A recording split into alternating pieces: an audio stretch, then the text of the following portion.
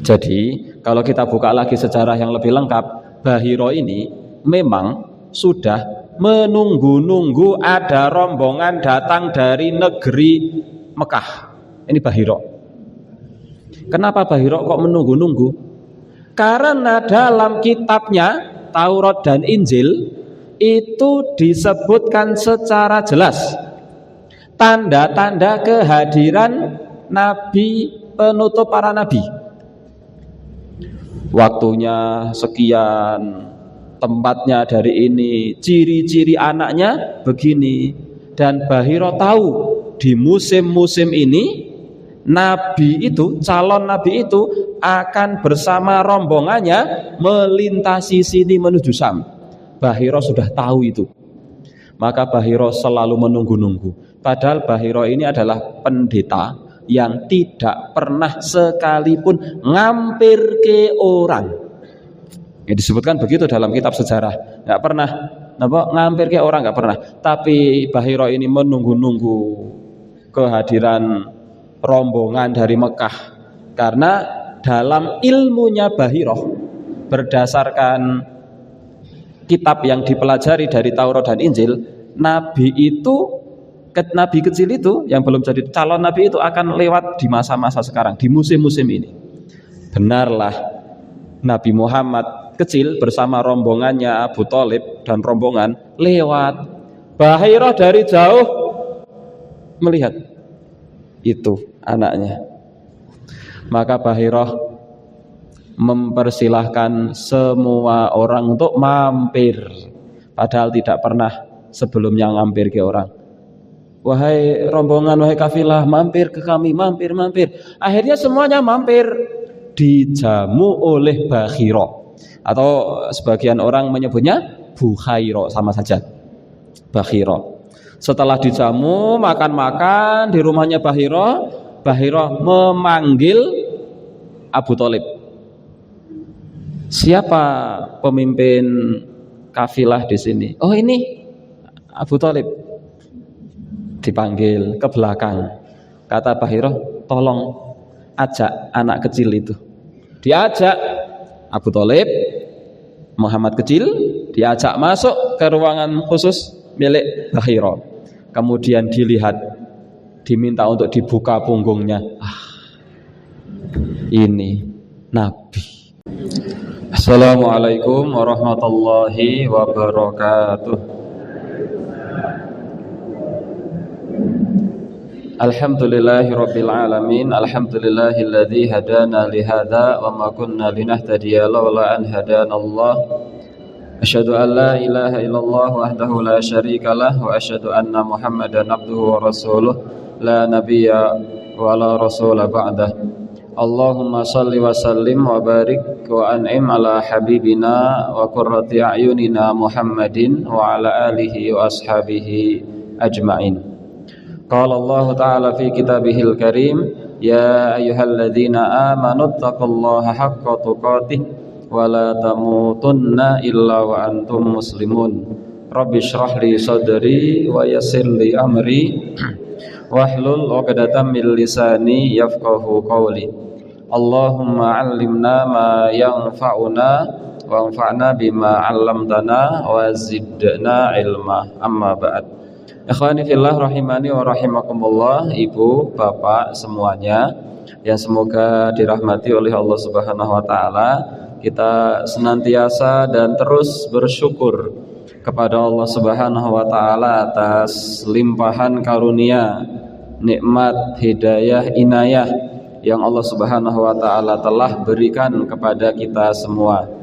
Pagi hari ini kita bisa kembali berkumpul di tempat ini. Kita niatkan ikhlas untuk thalabul ilmi, meskipun dalam suasana yang agak dingin, yang sejuk.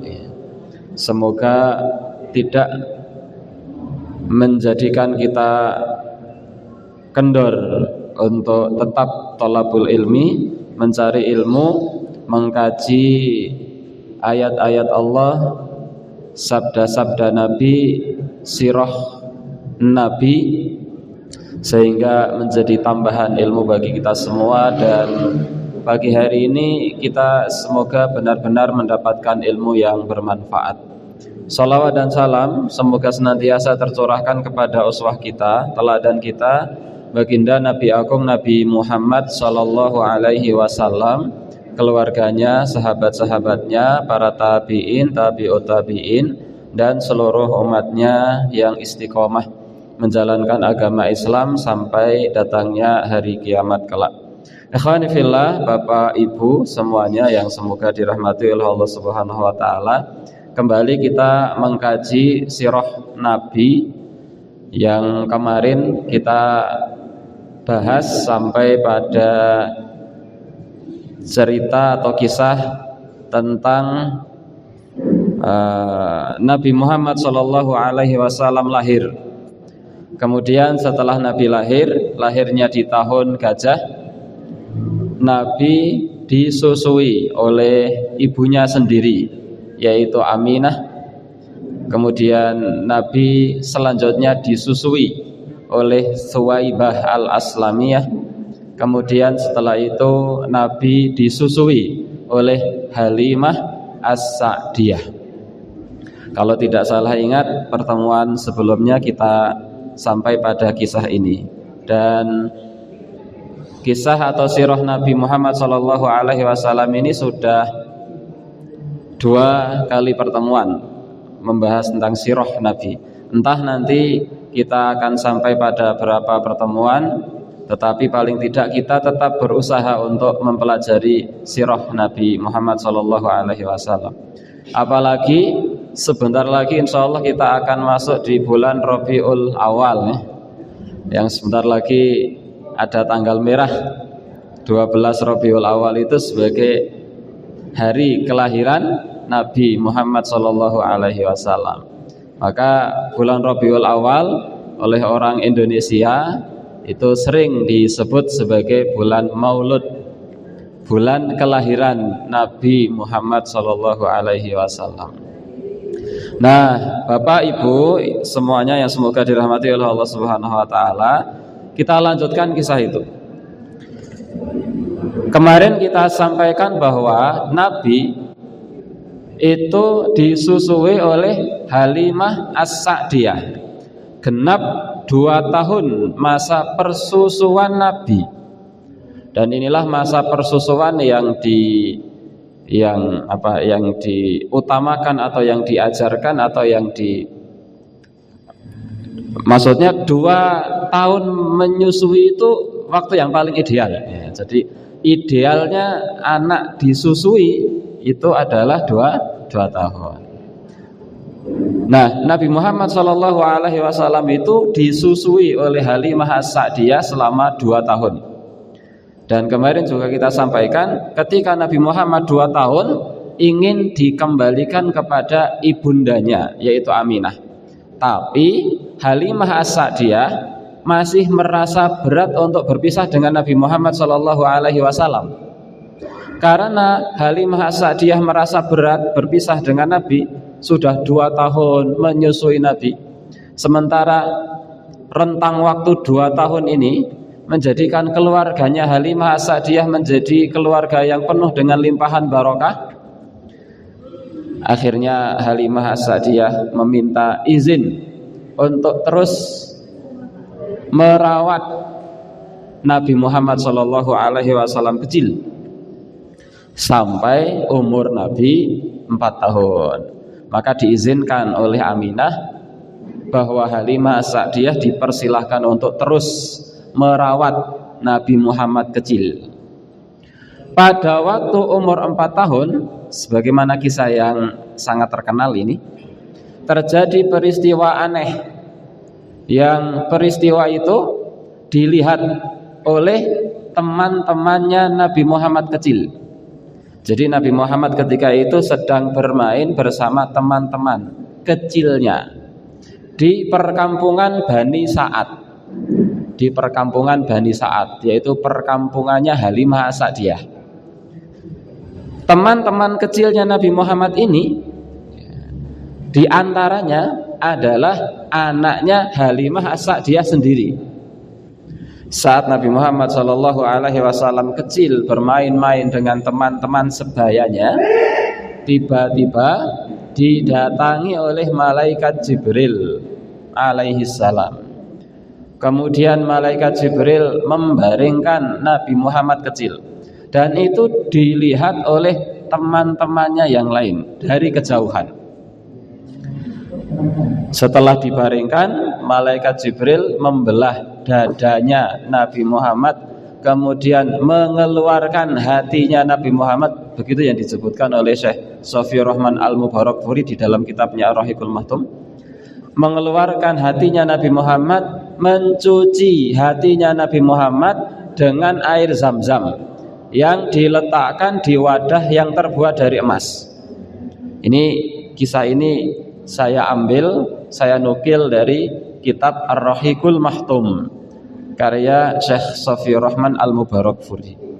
Kemudian malaikat Jibril mengembalikan hatinya Nabi Muhammad ke dalam Nabi Muhammad lagi, kemudian membenarkan atau membetulkan Nabi Muhammad lagi sehat demikian rupa tanpa ada bekas apapun. Nah, peristiwa ini dilihat oleh teman-teman kecilnya Nabi Muhammad kecil. Maka teman-temannya ini lari ke Halimah As-Sa'diyah dan mereka mengatakan, Muhammad dibunuh. Wah, Halimah As-Sa'diyah geger. Nabi Muhammad dibunuh. Akhirnya Halimah As-Sa'diyah lari ke tempat bermainnya Nabi Muhammad kecil. Lah, sampai di sana malaikat Jibril sudah enggak ada. Nabi Muhammad kecil tidak nampak bekas apa-apa. Jadi sehat walafiat, dilihat dadanya juga tidak ada bekas apa-apa. Oleh karena itulah Halimah As-Sa'diyah merasa khawatir kalau nanti akan terjadi peristiwa yang tidak diharapkan. Oleh karenanya akhirnya Halimah As-Sa'diyah membawa Nabi Muhammad kecil kembali ke pangkuan Aminah ibunda tercinta. Maka Nabi Muhammad kecil oleh Halimah As-Sa'diyah dibawa ke Aminah, diserahkan kembali kepada Aminah. Halimah bukannya tidak mau, tapi Halimah sudah merasa khawatir. Seandainya terus merawat Nabi Muhammad kecil, khawatir kalau nanti ada kejadian yang serupa yang bisa mencelakai Muhammad kecil. Maka diterima oleh Aminah ibundanya Rasulullah dengan kebahagiaan yang amat sangat, karena Nabi Muhammad kecil ketika itu tumbuh di perkampungan Bani Sa'ad, itu tumbuh sebagai anak yang berkepribadian paling beda dengan anak-anak yang lain. Paling lemah lembut, paling penyayang, paling perhatian. Padahal baru 4 tahun itu sudah nampak, tanda-tanda itu sudah nampak.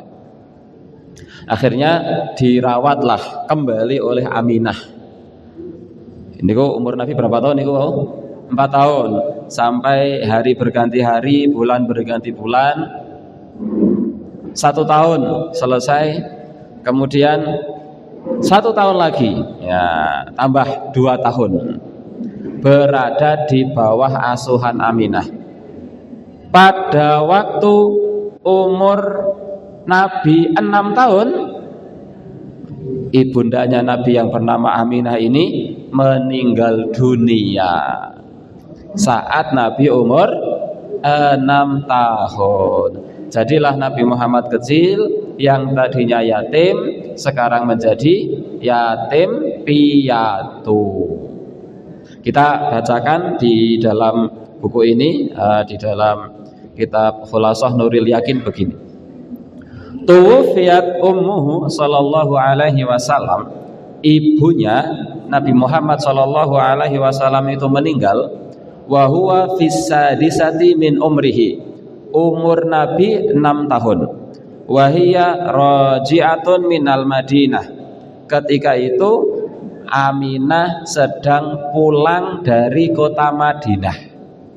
Aminah sedang pulang dari kota Madinah. Jadi saat Nabi Muhammad umur 6 tahun, Aminah itu merasa kangen dengan suami tercinta yang 6 tahun yang lalu meninggalkan dirinya. Sementara suaminya Aminah, yaitu bapaknya Nabi Muhammad yang bernama Abdullah itu, makamnya ada di kota Madinah. Jadi makamnya Abdullah itu ada di kota Madinah.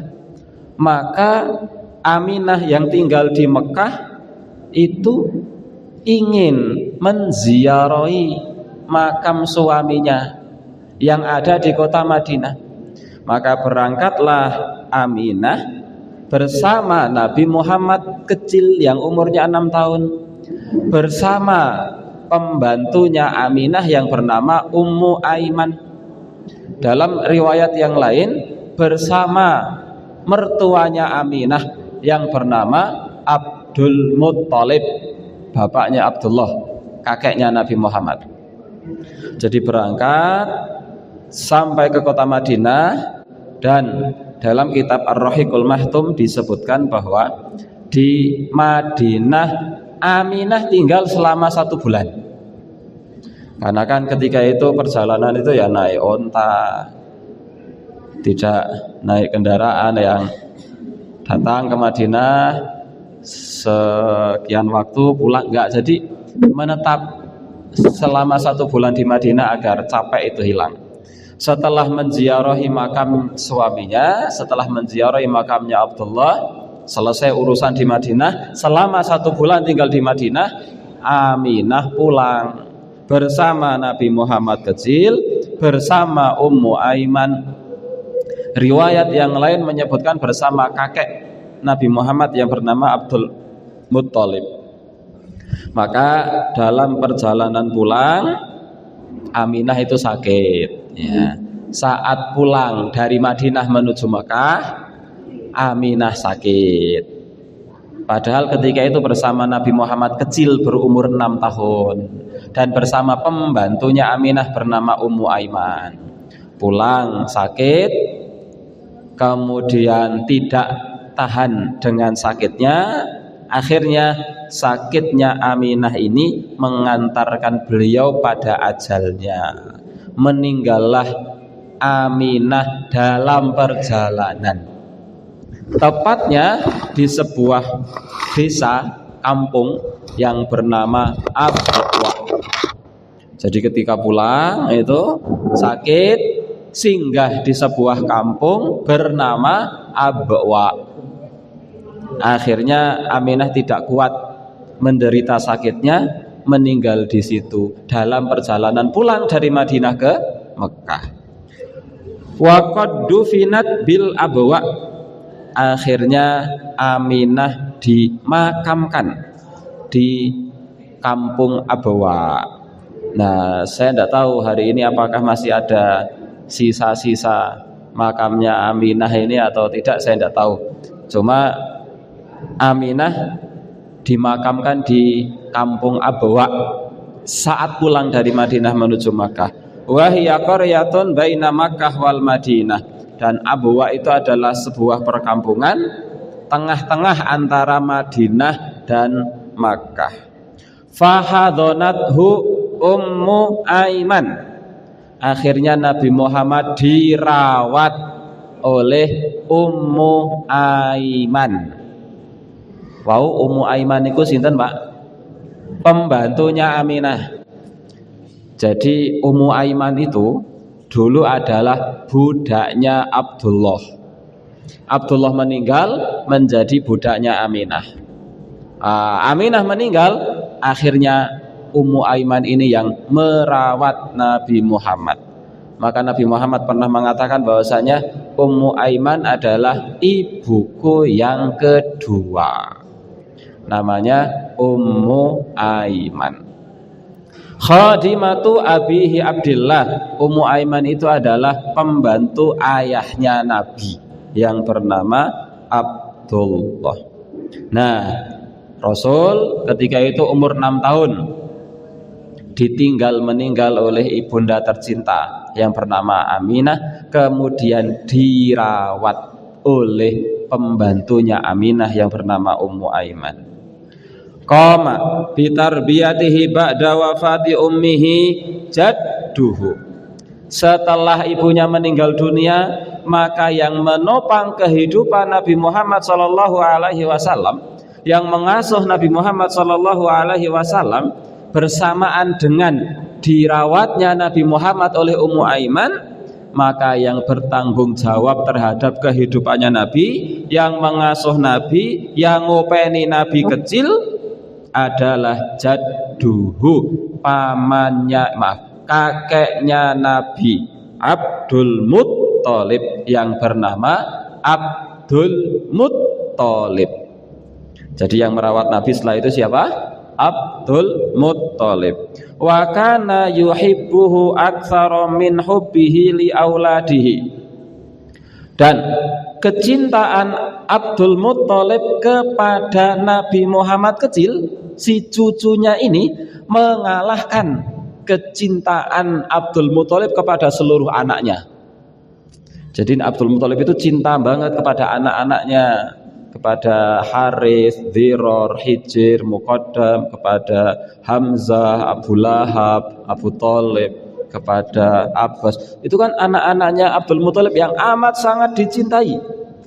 Nah, kecintaan Abdul Muttalib kepada anak-anaknya ini terkalahkan dengan kecintaan Abdul Muttalib terhadap cucunya yang bernama Muhammad sallallahu alaihi wasallam.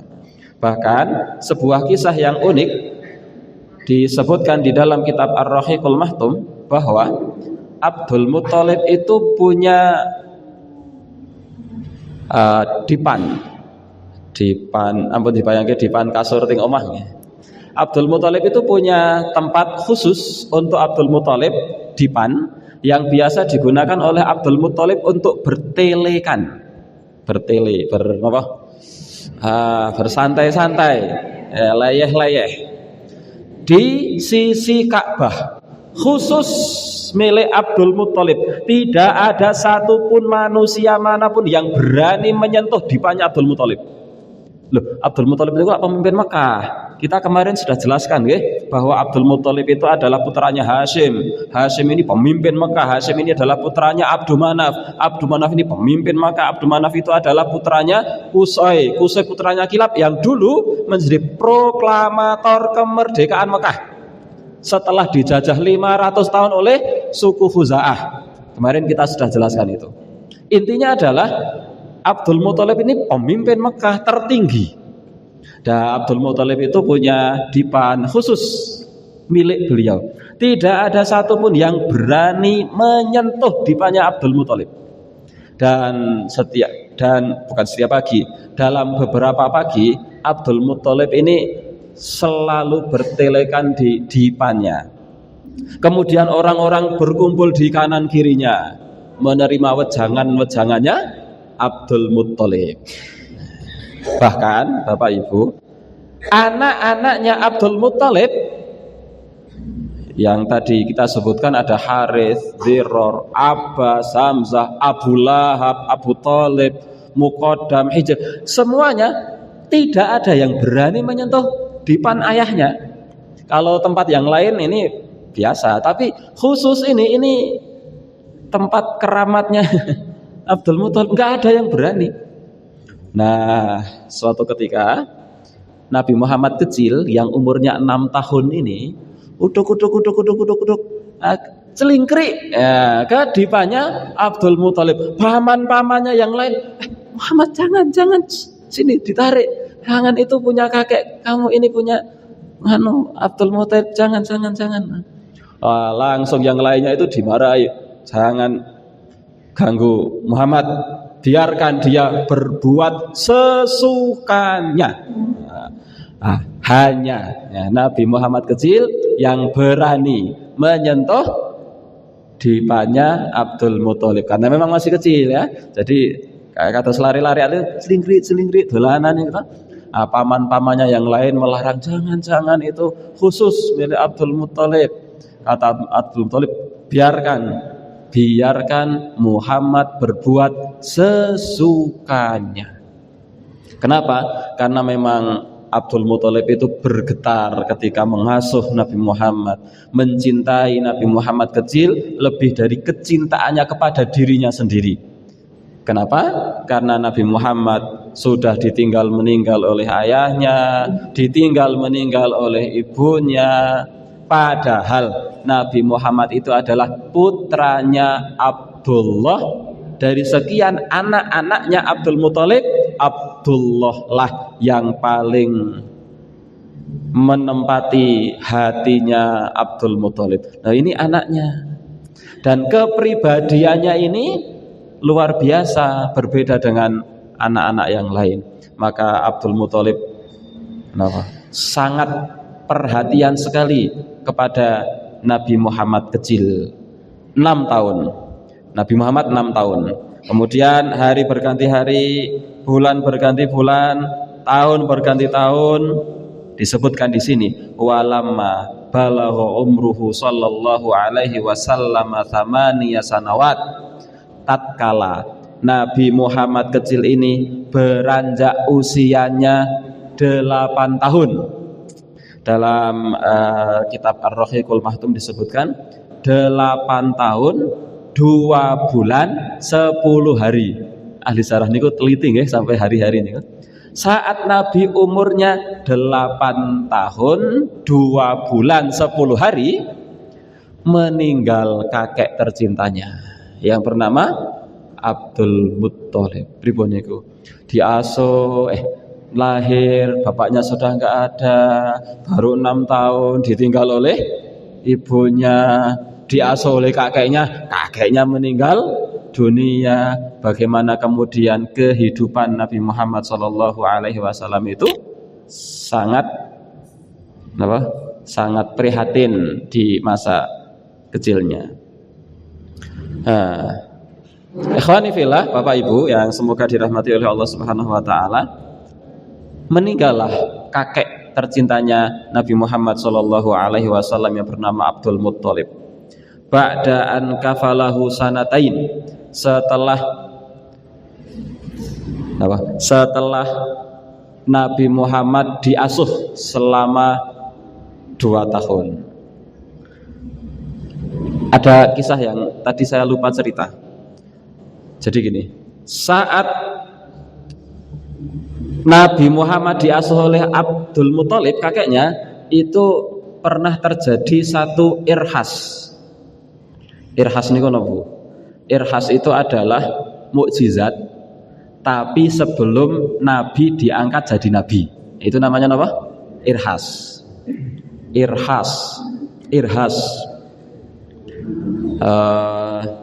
Kalau seorang Nabi sudah jadi Nabi, kemudian mendapatkan peristiwa luar biasa, namanya apa?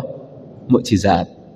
Tapi kalau mukjizat itu terjadi sebelum seorang nabi diangkat menjadi nabi, disebut irhas. Contohnya adalah Nabi Isa, gitu. Nabi Isa dulu sebelum diangkat menjadi nabi, pada waktu kecilnya Nabi Isa bisa bicara. Nah, itu namanya apa? Irhas. Kejadian luar biasa yang terjadi pada calon nabi, belum diangkat jadi nabi, calon nabi. Nah, Nabi Muhammad itu pernah terjadi satu irhas. Pada waktu Abdul Muthalib masih hidup, masa pengasuhan beliau untuk Nabi Muhammad kecil, terjadi musim paceklik yang cukup panjang. Lama tidak ada hujan. Maka orang-orang kemudian berusaha ini, bagaimana caranya supaya bisa turun hujan. Mereka punya berhala-berhala banyak. Mereka minta sama berhala, ya nggak hujan-hujan, memang berhala nggak bisa memberi hujan. Akhirnya orang-orang sepakat, kita datang ke pemimpin kita, Abdul Muthalib. Akhirnya orang-orang datang ke Abdul Muthalib, wahai Abdul Muthalib, ya engkau bagaimana caranya supaya terjadi hujan? Enggak hujan-hujan. Akhirnya Abdul Muthalib teringat dengan kisah teringat dengan cucunya yang sangat luar biasa. Selama ini sudah sering terjadi kejadian aneh. Di antara kejadian aneh ya dibelah dadanya itu. Maka Abdul Muthalib punya berinisiasi. Gimana kalau pakai cucu saya ini? Akhirnya inisiatifnya Abdul Muthalib adalah orang-orang dikumpulkan semakah. Abdul Muthalib membopong Nabi Muhammad kecil, dipegang Nabi Muhammad kecil ini dengan kedua tangannya Abdul Muthalib dijunjung. Seperti atau nek kula panjenengan bopong lari-lari alitnya ke bayi nih. Diangkat ke atas dan punggungnya Nabi ditempel-tempelkan di Ka'bah. Jadi mereka itu punya keyakinan ini anak mendatangkan ya barokah ya. Jadi mereka berpikir begitu. Jadi Nabi Muhammad kecil yang umurnya 6 tahun itu diangkat, ditempel-tempelkan, punggungnya Nabi Muhammad itu ditempel-tempelkan di Ka'bah. Lah kok tiba-tiba langit mendung dan akhirnya ketika itu juga turun hujan. Nah, ini kisah nyata yang ditulis oleh ahli sejarah, bukan dongeng ya. Yang ditulis oleh ahli sejarah diantaranya saya sebutkan tadi di dalam kitab Ar-Rahiqul Mahtum karya Syekh Sofiyur Rahman Al-Mubarakfuri. Ini irhas, kejadian luar biasa yang terjadi pada diri Nabi Muhammad sebelum Nabi Muhammad diangkat menjadi Rasul. Nah, baik Bapak Ibu, kita kembali ke tadi bahwa akhirnya kakek Nabi Muhammad ini meninggal dunia ketika Nabi Muhammad umurnya 8 tahun 2 bulan 10 hari. Wa ba'da wafati jaddihi, setelah kakeknya Nabi Muhammad yang bernama Abdul Muthalib ini meninggal dunia, kafalahu ammuhu, Nabi Muhammad akhirnya diasuh oleh pamannya yang bernama Abu Thalib. Ketika itu pamannya Nabi masih banyak. Pamannya Nabi ya, ada Abu Lahab, ada Hamzah, ada Abbas, ada yang lain. Qadarullah, Allah menakdirkan bahwasanya Nabi Muhammad ini diasuh oleh paman beliau yang bernama Abu Thalib. Padahal Bapak Ibu, dari semua paman Nabi seluruhnya kaya raya kecuali Abu Thalib. Jadi Abu Thalib ini adalah paman Nabi yang paling gak kaya. Yang lainnya kaya-kaya semua. Tapi yang mau ngopeni Nabi siapa? Abu Thalib. Terkadang seperti itu ya, terkadang kehidupan manusia itu begitu. Dari paman Nabi yang kaya-kaya ini, ternyata yang mau ngopeni Nabi malah paman Nabi yang paling tidak kaya. Bahasa agak kasarnya paling miskin. Ya memang miskin ketika itu. Bahkan di sini disebutkan wakana fakiron, bahkan bukan hanya miskin. Dia Abu Thalib adalah fakiron, orang yang fakir. Fakir itu kalau dalam hukum fikih itu lebih rendah daripada miskin. Itu namanya fakir. Nah, wakana fakiron. Abu Thalib ketika itu adalah orang yang fakir, tapi mau ngopeni Nabi Muhammad kecil, fawassa'allahu rizqahu, maka akhirnya Allah Subhanahu wa taala melapangkan rezekinya Abu Thalib. Setelah mengasuh Nabi Muhammad, rezekinya Abu Thalib meskipun tidak sekaya kakak adiknya yang lain, tapi Allah cukupkan. Belum pernah Abu Thalib merasa kekurangan setelah Abu Thalib mengasuh Nabi Muhammad kecil. Wa kana sallallahu alaihi wasallam fi muddati kafalati ammihi, dan Rasul itu selama diasuh oleh Abu Thalib, kan umurnya sudah 8 tahun, beranjak remaja, jadi sudah bahasane kula panjenengan sampun nalar nggih, sudah beranjak dewasa, sudah bisa diajak berpikir. Qani'an, Nabi Muhammad itu selalu qanaah, menerima apa adanya, bima qasamahullahu, atas apa yang Allah berikan kepada Nabi Muhammad, wa yassarahu lahu, dan Allah Subhanahu wa taala akhirnya memudahkan segala urusan Nabi Muhammad. Karena sallallahu alaihi wasallam fi sigharihi, Rasul saat berada di bawah pengasuhan Abu Thalib, yar'al ghanam, Rasul itu punya pekerjaan. Jadi teman-temannya yang lain pada bermain-main, dolan-dolan, jalan-jalan, menikmati masa kecilnya.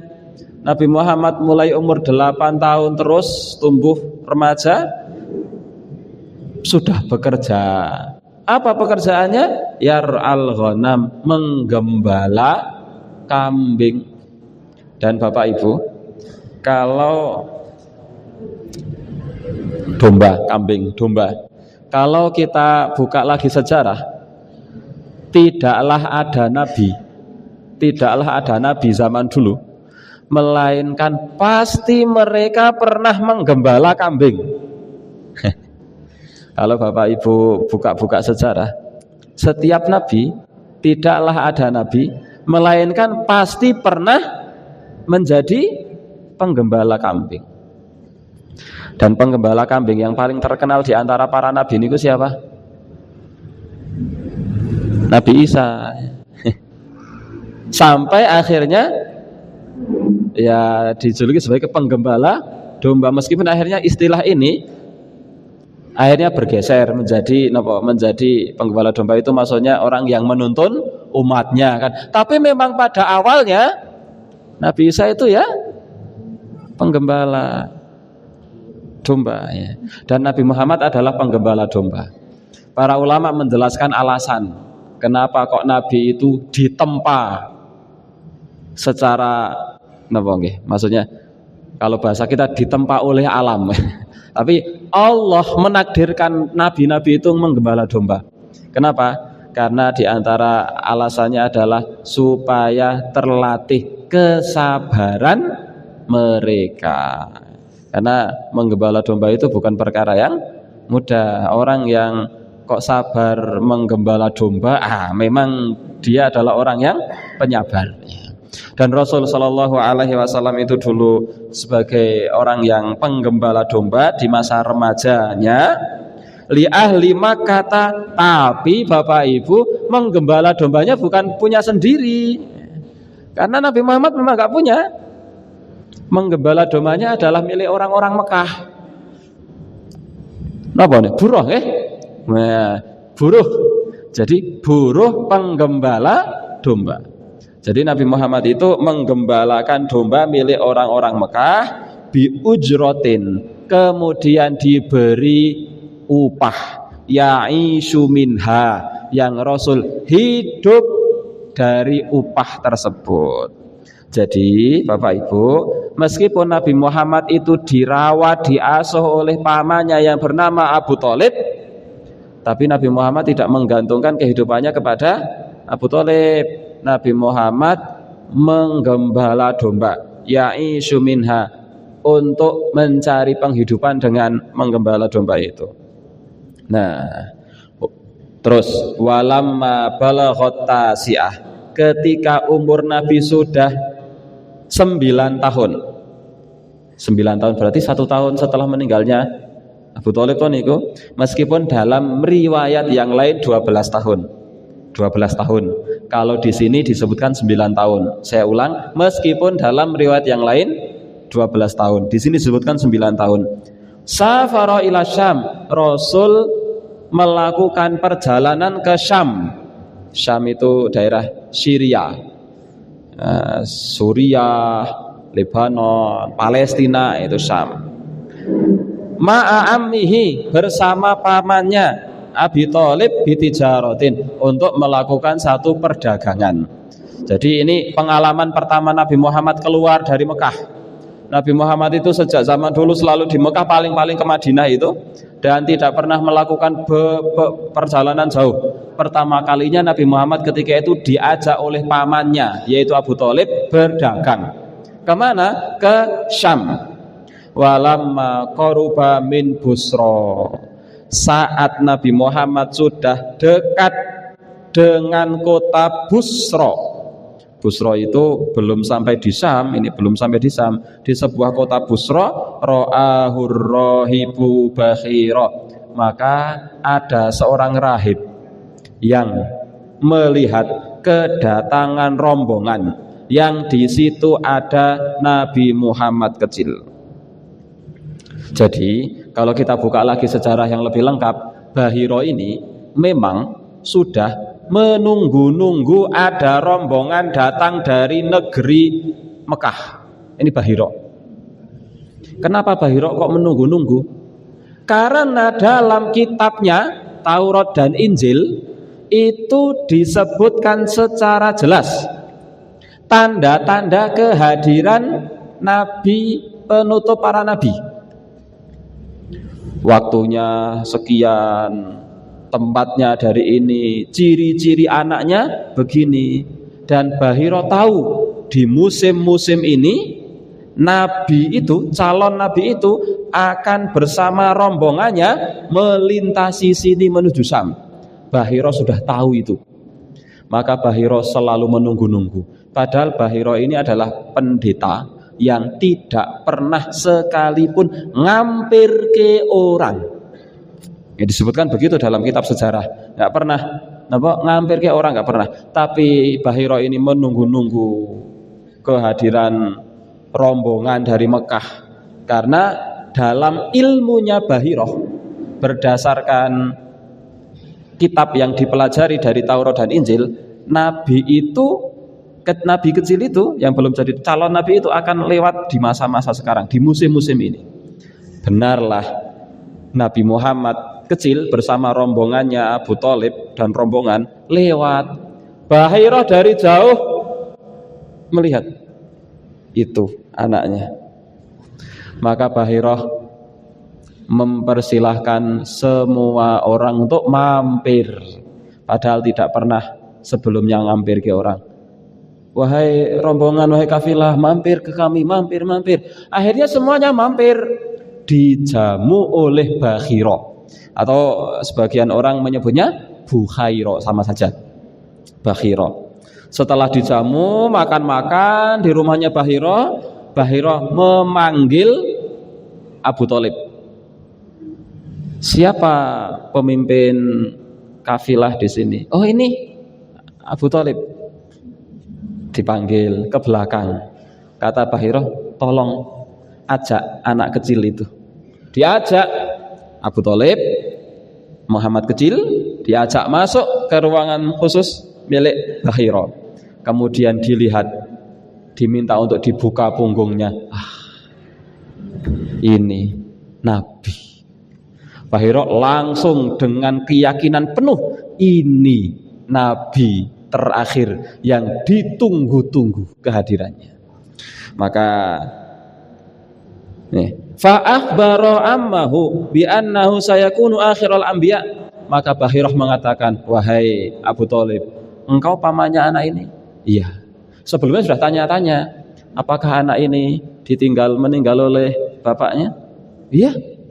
Apakah anak ini ditinggal oleh ibunya saat umurnya 6 tahun? Iya. Apakah setelah itu diasuh oleh kakek? Oh iya. Pokoknya ditanya, kok pas. Akhirnya diminta dibuka punggungnya. Dan Bapak Ibu, kalau Bapak Ibu sering membaca kitab sirah, bahwa para nabi itu ada namanya khotam nabi. Jadi di punggung nabi itu ada tanda, wallahu alam seperti apa, yang dalam sejarah disebutkan mirip bentuknya seperti buah apel. Jadi ada daging di belakang. Ini mboten usah ditiliki, sampai nabi, enggak usah. Ini zaman dulu, oke. Yang para ahli agama, para pendeta tahu. Dan masing-masing nabi ada tanda kenabian, namanya tanda kenabian, khotam al-anbiya, tanda-tanda kenabian, cap kenabian. Ya, dibuka punggungnya, sudah tidak diragukan lagi, 100% ini nabi yang kita tunggu-tunggu. Ini nabi yang kita tunggu-tunggu. Nah, akhirnya Buhairah meminta, wahai Abu Thalib, jangan kamu teruskan perjalanan, ajak pulang. Ini masih kecil. Kalau sampai ketahuan orang-orang Yahudi Bani Israel, dibunuh ini anak. Sebagaimana orang-orang Yahudi Bani Israel telah membunuh para nabi sebelumnya. Kenapa kok mereka ingin membunuh? Karena mereka tidak mau nabi terakhir berasal dari Bani Ismail. Mereka ingin nabi terakhir adalah dari kalangan Bani Israel. Bawa pulang. Kalau nanti sampai ke Syam, wilayah Palestina, ketemu sama orang-orang Yahudi di sana, Bani Israel, bisa dibunuh ini. Dan mereka mengetahui tanda-tandanya, bisa dibunuh. Bawa pulang. Akhirnya wa talaba minhu ayarji'a bihi, Bahiro sang pendeta ini meminta Abu Thalib untuk membawa pulang Nabi Muhammad kecil, khaufan alaihi min aduwin yataraqqabuh, khawatir kalau ada musuh yang ingin membunuh Nabi Muhammad kecil. Maka akhirnya Abu Thalib tetap melanjutkan perjalanan, cuma Abu Thalib meminta beberapa orang untuk membawa Nabi Muhammad kecil pulang ke Mekah. Dan Abu Thalib bersama rombongan yang lain tetap melanjutkan perdagangan ke Syam, dan Nabi Muhammad dibawa pulang menuju Mekah.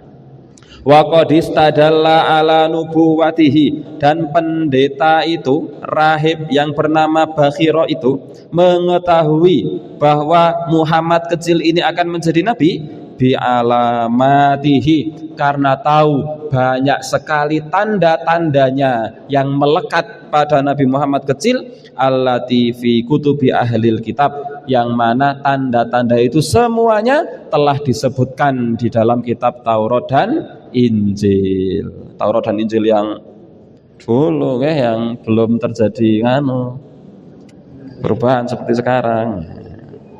Ikhwani fillah, Bapak Ibu yang semoga dirahmati oleh Allah Subhanahu wa taala, maka Nabi Muhammad pulang. Setelah Nabi Muhammad pulang, sebagian riwayat menyebutkan itu 9 tahun, sebagian riwayat yang lain menyebutkan itu 12 tahun. Terus hari berganti hari, bulan berganti bulan, tahun berganti tahun. Akhirnya Nabi Muhammad sudah dewasa. Ini kisahnya panjang ya. Nabi Muhammad sudah dewasa. Saat umur Nabi 25 tahun, Nabi Muhammad baru berani melakukan perjalanan ke Syam. Sebelumnya pokoknya nggak boleh sama pamannya, nggak boleh apa? Nggak boleh ke Syam, nggak boleh, karena masih terngiang-ngiang nasihatnya pendeta tersebut. Dan Abu Thalib sudah, wah ini keponakan saya mau jadi nabi, ini keponakan saya mau jadi nabi. Pada saat umur Nabi sudah 25 tahun, baru Nabi Muhammad itu dibolehkan oleh Abu Thalib untuk, ya sudah, sekarang sudah 25 tahun, sudah dewasa, bisa menjaga diri, silahkan kalau mau ke Syam melakukan perdagangan. Sebelumnya Nabi Muhammad bekerja sebagai penggembala dan lain-lain di Mekah ya. Sekarang ingin berdagang.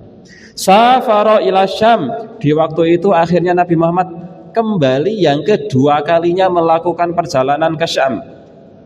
Marratan tsaniyah, untuk yang kedua kalinya, tetapi yang kedua kalinya ini tidak bersama Abu Thalib, tapi fi tijaratin, untuk mendagangkan dagangan lisayyidati Khadijah, milik Khadijah. Jadi Bapak Ibu, di Mekah ketika itu ada konglomerat wanita paling kaya raya. Tidak ada yang melebihi kekayaannya beliau. Dari kalangan wanita, kalau kalangan laki-laki ya ada. Dari kalangan wanita tidak ada orang yang melebihi kekayaan beliau. Namanya Khadijah. Khadijah ini punya banyak karyawan, pegawai. Nah, salah satu yang dikaryawankan, salah satu yang menjadi partner bisnisnya Khadijah, yang mendagangkan dagangannya Khadijah adalah Nabi Muhammad. Ketika itu umurnya 25 tahun. Nabi Muhammad itu sudah terkenal sebagai orang yang amanah, jujur, nggak pernah bohong, macam-macam segala sifat kebaikan. Maka Khadijah ingin menguji kejujuran Nabi Muhammad. ingin menguji keamanan Nabi Muhammad. Maka Nabi Muhammad diminta untuk mendagangkan dagangannya Khadijah ke Syam, dan Khadijah mengutus satu orang kepercayaannya untuk menemani Nabi Muhammad, namanya Maisaroh. Ada satu hal yang harus kita pertegas Bapak Ibu, Maisaroh itu nama orang laki-laki, bukan perempuan ya. Kalau ada yang menganggap Maisaroh perempuan itu salah besar. Maisaroh itu laki-laki. Sudah sering mendengar nama Maisaroh nggih? Siapa yang ketika itu mengira perempuan? Salah, kalau perempuan, laki-laki. Ya, nama Maisaroh itu kalau versi Indonesia itu nama laki-laki atau perempuan? Perempuan. Tapi Maisaroh itu laki-laki. Jangan dibayangkan Nabi Muhammad didampingi oleh seorang cewek. Enggak, Maisaroh itu laki-laki, dan dalam kitab sejarah seluruhnya disebutkan dengan bentuk laki-laki. Domirnya itu, domir itu bahasa, maksudnya kata ganti bahasa Arab namanya domir itu selalu menggunakan domir laki-laki, entah itu hu atau huwa, jadi laki-laki bukan perempuan. Maisaroh ini kepercayaan Khadijah, seorang laki-laki yang menemani Nabi. Cuma Maisaroh nggak cerita kalau dia itu diminta untuk dalam tanda kutip memata-matai Nabi, nggak cerita, cuma menemani saja, menunjukkan tempatnya di sana, tempatnya di sini, cuma itu saja. Maka ditemani oleh Maisaroh, Nabi Muhammad berdagang ke Syam. Wa kana dzata syarafin wa malin. Khadijah itu adalah orang yang kaya raya. Tastajirur rijala fi maliha. Khadijah itu adalah orang yang mempekerjakan banyak orang untuk dagangannya, termasuk di situ adalah Nabi Muhammad. Nah, saya ulangi. Wa qad ihtaratu li hadzal amal. Khadijah itu memilih Nabi Muhammad untuk pekerjaan ini li'annaha sami'at bisidqihi, karena selama ini Khadijah sudah mendengar kejujurannya, tenan po ora kiye. Wa amanatihi, amanahnya Nabi. Wa akhlaqihi syarifah, akhlaknya Nabi luar biasa. Nah, wa kana ma'ahu khadimuha Maisarah. Nabi Muhammad ditemani oleh pembantunya Khadijah, kepercayaan Khadijah yang bernama Maisarah. Fa ba'a wa bata'a, Rasul kemudian memperjualbelikan dagangnya Khadijah, wa roja'a, dan Rasul pulang biribhin azim, dengan laba yang amat sangat banyak. Dan di antara cara Nabi mendapatkan untung yang amat sangat banyak, belum pernah sebelumnya ada orang yang berpikiran seperti itu adalah, di antara banyak ya, di antaranya adalah Nabi Muhammad itu kan berangkat ke Syam membawa dagangan, jadi dijual di sana, kan untung banyak. Orang-orang biasanya untung banyak langsung pulang. Nabi Muhammad untung banyak itu digunakan untuk membeli barang-barang Syam, hasil karyanya orang-orang Syam dibeli, dijual di Mekah. Jadi datang ke Syam membawa hasil Mekah, dijual di Syam, untung banyak. Sebagian keuntungannya itu digunakan untuk membeli hasilnya Syam, dijual di Mekah. Yang lainnya belum pernah ada yang punya pemikiran seperti itu ketika itu, belum pernah ada. Nabi Muhammad sudah pikirannya melampaui orang-orang di waktu itu. Nah, akhirnya Nabi Muhammad pulang, labanya banyak sekali. Khadijah, bener ini juga ahli dagang ini ya, hasilnya banyak. Kemudian bertanya kepada Maisarah, wahai Maisarah, ceritakan seperti apa kepribadian Muhammad. Maisarah bercerita dengan semangatnya, dan seluruh ceritanya adalah cerita-cerita baik. Tidak ada sedikit pun yang buruk, sama sekali nggak ada. Ucapannya, perbuatannya, tingkah lakunya, tindak tanduknya, kejujurannya, tidak pernah ada sedikit pun yang cela. Ketika itu Khadijah Sengkring-sengkring yo. Muhammad. Jadi terngiang-ngiang nama Muhammad dalam hatinya. Padahal Khadijah itu sudah banyak sekali pemimpin Mekah melamar Khadijah, nggak ada. Nggak mau. Ini belum dilamar dari orang yang dulunya adalah anak yatim, piatu. Di sini ini dalam hatinya Khadijah sengkrang-sengkring. Akhirnya hanya waktu 2 bulan dari peristiwa itu. 2 bulan dari peristiwa apa maksudnya? Perdagangan itu Nabi Muhammad pulang. 2 bulan kemudian Khadijah nggak tahan untuk tidak mengungkapkan perasaannya. Cuma Khadijah itu rasa malunya tinggi. Maka Khadijah meminta tolong kepada teman kepercayaannya, perempuan, untuk kalau bahasa kita mencomblangkan. Jadi mak comblang. Jangan dikira selama ini kita mendengar Khadijah melamar Nabi, wahai Muhammad mau enggak jadi enggak, mboten ngonton gitu. Jadi Khadijah itu rasa malunya sangat tinggi. Maka Khadijah meminta teman kepercayaannya seorang perempuan untuk datang ke Nabi Muhammad. Dalam tanda kutip ngojok-ngojoi Nabi Muhammad agar mau melamar Khadijah. Wahai Muhammad, Khadijah itu begini-begini. Nabi Muhammad enggak ya mau sama saya. Pasti mau, coba. Akhirnya benar. Akhirnya di dalam kitab Ar-Rahilul Mahtum disebutkan Nabi Muhammad menyampaikan itu kepada paman-pamannya. Bukan pamannya, paman-paman ya, Abu Thalib, ya ada Abu Lahab, ada Hamzah. Wahai paman-pamanku, saya kok punya kerentek ingin melamar Khadijah. Ketika itu Nabi Muhammad 25 tahun umurnya dan Khadijah umurnya 40 tahun. Ya memang begitu kisahnya. Akhirnya paman-pamannya Khadijah, ya kita berangkat. Dan tidak menunggu, tidak mantep enggak, karena Khadijah memang orang yang baik.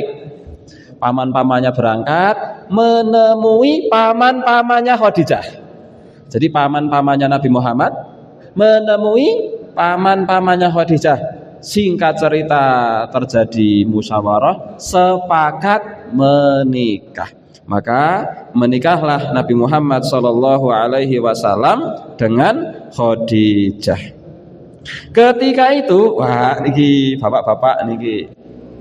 Ketika itu bapak-bapak, Nabi Muhammad ketika melamar Khadijah itu maharnya 20 ekor unta.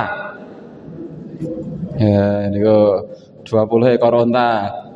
1 ekor unta regane pinten, Bu? Pinten 1 ekor? 30 juta. Enggak dapat? Mboten nggih kalau dirupiahkan? Pinten?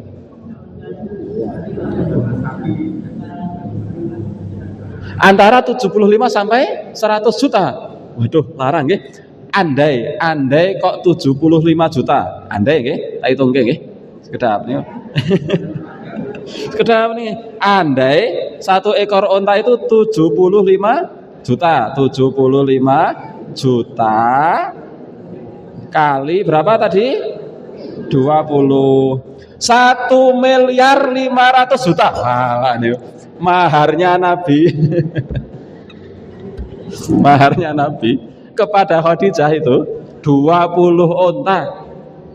Yang kalau kok 1 unta itu 75 juta dikalikan 20 berarti 1.500.000.000 juta.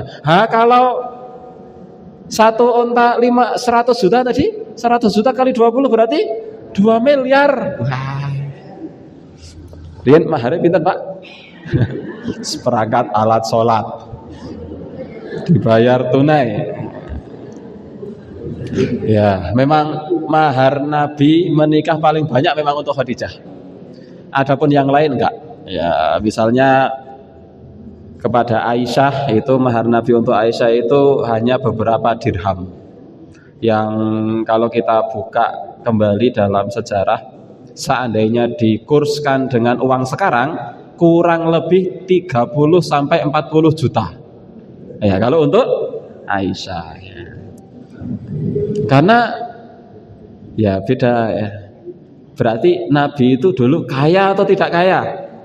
Kaya. Memang Nabi itu fakir dulu ketika kecil, tapi di masa mudanya kaya raya, apalagi setelah berdagang ini yang paling menyebabkan jalan kekayaan Nabi ini lewat berdagang ini. Jadi kaya raya. Ya, setelah itu memang Nabi menjadi, setelah kaya raya diangkat jadi Nabi, Nabi memang menjadi ya fakir kembali. Tapi Nabi itu ketika menikah dengan Khadijah kaya raya. 1 miliar lebih nih Pak. Kulo seperangkat alat sholat dibayar tunai. Kulo tanglet kali bojone kulo rin. Arek njaluk mahar apa? Sak-sae iki apa? Sak-sae. Ya, seperangkat alat sholat. Oke, wah oke. Kulo muni oke mau terus seperangkat alat sholat. Nah, ikhwani fillah, Bapak Ibu yang semoga dirahmati oleh Allah Subhanahu wa taala, ini pernikahan Nabi Muhammad dengan Khadijah. Insyaallah kita lanjut di lain kesempatan. Sudah jam 9 lebih 1 menit menurut jamnya saya. Saya sana 9 lebih 2 menit ya. Semoga kisah ini menginspirasi kita dan menambah wawasan serta ilmu kita, dan insyaallah kita lanjutkan kisah selanjutnya tentang perjalanan hidup Nabi Muhammad sampai nanti ya, insyaallah besok pertemuan selanjutnya tentang diangkatnya Nabi menjadi seorang Rasul. Ini Nabi Muhammad belum jadi Rasul, masih perjalanan pra Rasul sebelum Nabi jadi Rasul. Semoga bermanfaat. Salah dari saya, benarnya dari Allah Subhanahu wa taala. Mohon maaf jika ada yang kurang berkenan. Alhamdulillahirabbil alamin. Wassalatu wassalamu ala rasulillahi imamil mursalin. Kita berharap dan berdoa semoga Allah memberikan limpahan barokah pada kita semua, pada ilmu kita, memberikan kita kesehatan, umur yang panjang. Oke.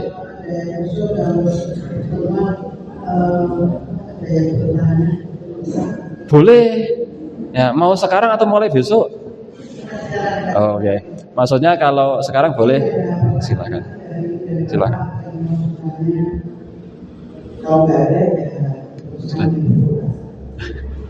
Kalau memang ada pertanyaan, mungkin di pertemuan selanjutnya 9 kurang 10 saya sudahi, kemudian baru ada. Oh, enggak apa-apa. Oh, boleh. Emang boleh gitu? Oh, oke, siap.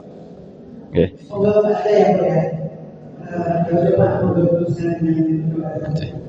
Baik, Bapak Ibu yang semoga dirahmati oleh Allah Subhanahu wa taala, sejenak kita berdoa bersama untuk kebaikan kita semua, untuk kebaikan keluarga kita. Kita tundukkan kepala kita dan angkat kedua tangan kita, memohon bersama-sama kepada Allah Subhanahu wa taala. A'udzu billahi minasyaitonir rajim. Bismillahirrahmanirrahim. Alhamdulillahirabbil alamin, hamdan syakirin, hamdan na'imin, hamdan yuafi ni'amahu wa yukafi mazidah. Ya Rabbana lakal hamdu kama yanbaghi li jalali wajhikal karim wa li 'azimi sultanik. Allahumma salli wa sallim wa barik wa an'im ala habibina Muhammad wa ala alihi ashabihi ajma'in. Allahumma ighfir lil mu'minina wal mu'minat wal muslimina wal muslimat al ahya'i minhum wal amwat innaka sami'un qaribun mujibud da'awat ya qadhiyal hajat ya arhamar rahimin ya hayyu ya qayyum ya wadud ya dzal arsyil majid ya fa'alun lima yurid.